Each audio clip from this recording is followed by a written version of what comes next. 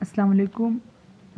एक बात है जो मैंने आप लोगों को नहीं बताया था और मुझे भी ख़ुद अभी कंफर्म हुआ है, तो मैं इसलिए आप लोगों को बताना चाह रहा हूँ क्योंकि मिड में भी इसकी वजह से बहुत सारे लोगों की मार्क्स जो हैं सही नहीं आते हैं। अच्छा, तो वो मसला क्या है, वो पहले सर की वो बात ये है कि हम जब इधर कॉम्प्लेक्स डिवाइड करते हैं ना, मतलब जो हमारे पास वो रेक्टेंगुलर में होते हैं ना, तो जब हम इसको डिवाइड करते हैं तो उसमें हम कैलकुलेटर में जो करते हैं उससे आंसर सही आता है, लेकिन सर कह रहे हैं कि आप लोगों ने इस तरह नहीं करना। ठीक है, तो वो पहले सर की बात सुनते हैं फिर बताते हैं कि कैसे करना है। अच्छा, कैलकुलेटर ठीक कही होता सो कैलकुलेटर प्रॉपर मोड की नवी ब्रैकेट ना चाहे नो आगा गलत रोजी चेकर दा से डिवाइड और की बिगा बरा को J0 दे बरा को पके परफेक्ट निश्ता बरा को सिर्फ यो रियल टर्म दे लांद सिर्फ दो टर्म दी नो लांद जिगम दो टर्म्स इदा बता ऐड की रेक्टेंगुलर की सिंगल एडिशन की J0.35 J0.25 दा बशी J0.6 that's 1 divided by J0.6 okay no J चे बरा लार्ज माइनस J बशी 1 divided by 0.6 से सम राजी मगर फर्ज कदा दोड़ा टर्म मछली दे के रियल टर्म में इमेजिनरी में बे बता तो पोलर तक कन्वर्ट के च रेक्टेंगुलर में और इमेजिनरी टर्म में ना तो पोलर तक कन्वर्ट की नो मल्टीप्लिकेशन और डिवीजन दा पोलर के और सब्ट्रैक्शन और एडिशन दा रेक्टेंगुलर के नो बे बालस आंसर ठीक राजी।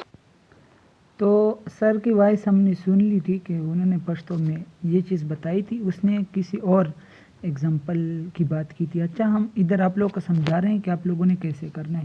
तो Z0, Z1, Z2 आपको क्वेश्चन में दिए होते हैं। अच्छा, रेक्टेंगुलर में तो पहले आप ये करो कि उसको इधर ही ऊपर आगे रेक्टेंगुलर में पोलर में भी लिखो। अच्छा, तो इधर अगर हम देखें ना तो हमारे पास इधर अगर हम देखें ये हमारे पास रियल टर्म है। अच्छा, लेकिन नीचे जो है ये सारे क्या हैं, रेक्टेंगुलर में है। तो अब ये किस तरह करोगे, तो पहले ये चीज़ जो है हम ये करते हैं कि ये कैसे डिवाइड करेंगे। अच्छा, तो ये आपके पास दोनों मल्टीप्लाई हैं, तो अगर मल्टीप्लाई हो या डिवीज़न हो, ठीक है, तो उसमें पहले रेक्टेंगुलर में आप मल्टीप्लिकेशन या डिवीज़न डायरेक्ट नहीं कर सकते। इसका मतलब ये है कि Z2 की जो पोलर वैल्यू आपने निकालनी थी और Z0 की जो पोलर वैल्यू निकाली थी वो पोलर में मल्टीप्लाई करोगे।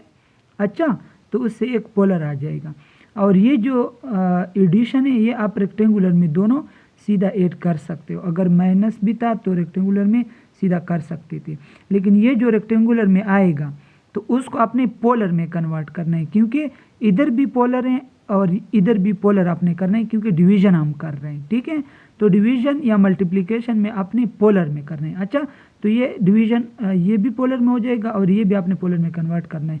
जब ये डिवीज़न हो जाएगा तो ये पोलर में होगी, लेकिन इसके साथ हम एडिशन कर रहे हैं, तो फिर आपने ये जो पोलर से ये पोलर में आए हैं पूरा, इसको आपने रेक्टेंगुलर में कन्वर्ट करना है।